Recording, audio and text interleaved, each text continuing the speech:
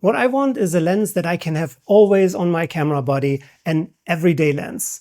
And when I purchased my Sony A7 V, I was looking into all my options. Ideally, I'd like to have the GM 24-70, but I can't afford to spend $2,450. So I was pretty excited when Tamron announced the 35-100mm f2.8 available for Sony E and Nikon Z. Let's see if this is the one. Hi friends, Dirk here. Thanks so much for tuning in. So yes, as soon as this was announced, I reached out to Tamron and I asked them if I could borrow this lens. I sent them an email, I reached out on Instagram, and guess what? They completely ignored me. Not even the courtesy of a response. So I bought it for myself in hope that this would be a good choice. And in today's video, we'll talk about all the details and I'll show you things that other creators don't even mention. And at the end, we'll find out if this is my new everyday lens.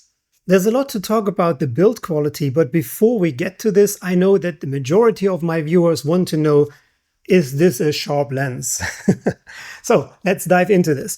At 35mm, we have a pretty good center sharpness already wide open at f2.8, while the corners are still very weak.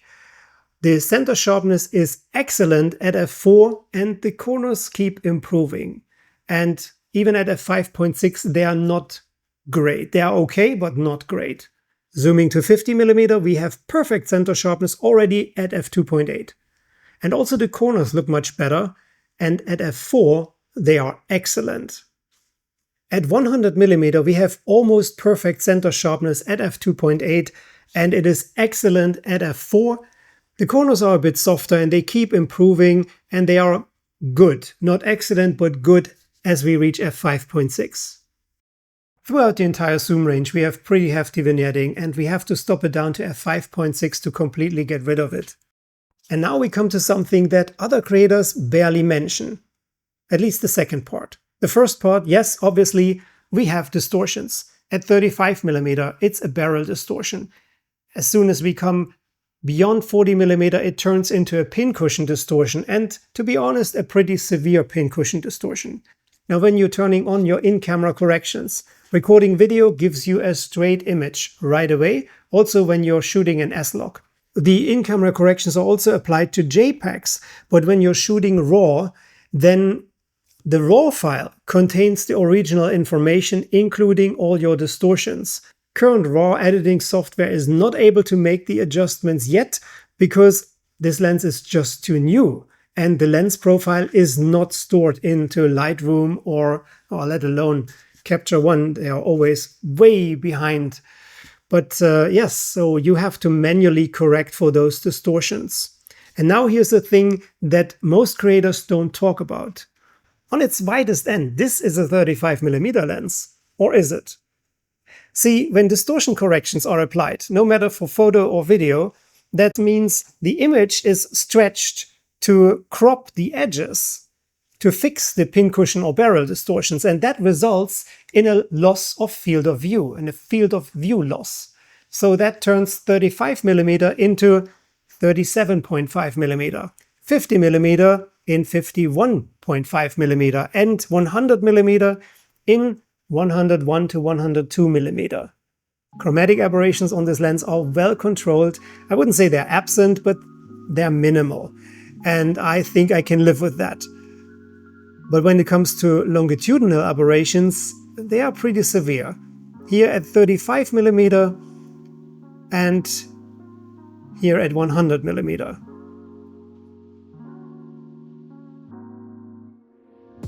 The focus of this lens is spot on, no matter photo or video mode. The new improved VXD engine, the new motor is silent and super fast and accurate.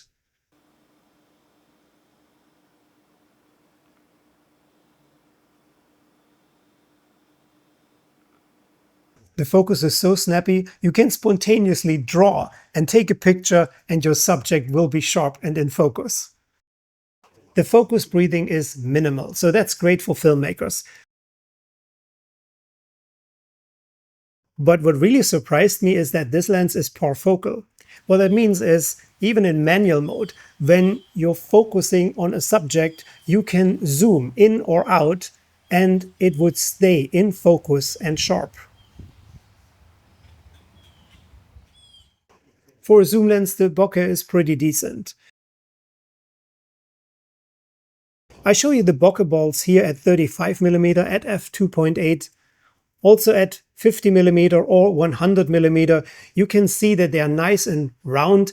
They have a bit of an onion texture, but the good thing is there's no color fringing surrounding the edges. In the real world, you can create nice images with a good out of focus background. 35 to 100mm, is it for everyone? Well, there's a big trade-off, and if you like wide angle, a 24 to 70mm lens might be the better choice for you, because there's a big difference between 35 and 24mm. On the other hand, for people like me, who A, film themselves, and that mostly starts at 35mm, and B, love street photography and travel photography, this is ideal. When I browse through all my travel photos, I barely shoot below 35mm. Most of the time, I'm above 40 or even 50mm. Now here we have this extra reach to 100mm, and that gets us a lot closer to our subjects. Last weekend I was in Miami. It was pretty busy because we had the qualifiers for the Formula 1 race, and that gave me a good chance to put this lens to the test. For every creator who loves street photography, travel photography, for filmmakers, for creators who film themselves, and if you're not in need of a super wide angle, this lens is right for you. I honestly had a blast in Miami with the Tamron 35 to 100mm f2.8, and for this type of photography, it couldn't have been a better choice. For street photography, normally I would not use f2.8, but for the purpose of this review, I did it to show you what this lens is capable of. The minimum focusing distance of this lens varies by focal range. At 35mm we can get as close as 22.1 centimeters to our subject, and when we're zooming at 100mm we have to keep a distance of 65 centimeters. And now it's time to talk about the build quality, and I can promise you that this won't be boring at all, because the Tamron 35 to 100mm f2.8 III VXD has quite a few specials to offer. It's made of plastic. We have a rubberized zoom ring, and this is the first specialty. This is by far one of the most smooth going zoom rings, the best moving zoom rings I've ever experienced, period. It's incredible. In the front, we have the focus ring. Also, this is very smooth. Fantastic. It weighs only 565 grams, 1.2 pounds. So it's not super heavy, it's also not super light. The front filter size is something that I welcome, 67mm. Why I'm excited about this? Because it's the same front filter size that all the Lumix prime lenses have, so I already have ND filters that I can use. It has 15 elements in 13 groups, 9 blades, and here on the side we have a focus hold button. And then we have a switch that you can program. Here on the side is a USB-C port. And what's special about this is that you can purchase something that's called Tamron Link, and that connects to your phone app. And with this Tamron Lens utility, you can remotely operate your lens. You can change the aperture, you can change the focus. That's pretty cool.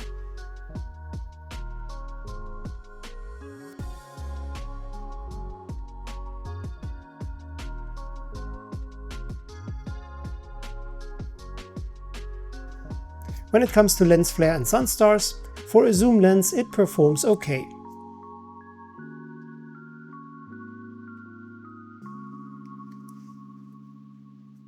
Hi Kiwi.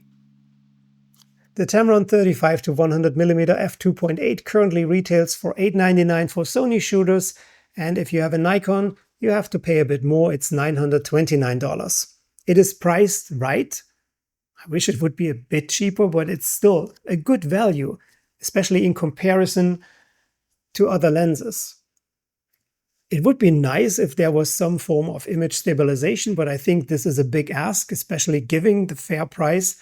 And I can tell you that this is my always on, my day-to-day lens now that I keep on my camera. So what are your thoughts? Let me know in the comments below. Also, if you have questions or suggestions, I'm happy to respond. Till the next time, stay safe, stay tuned, and take care. Bye for now. The Tamron 28 to I wish 28.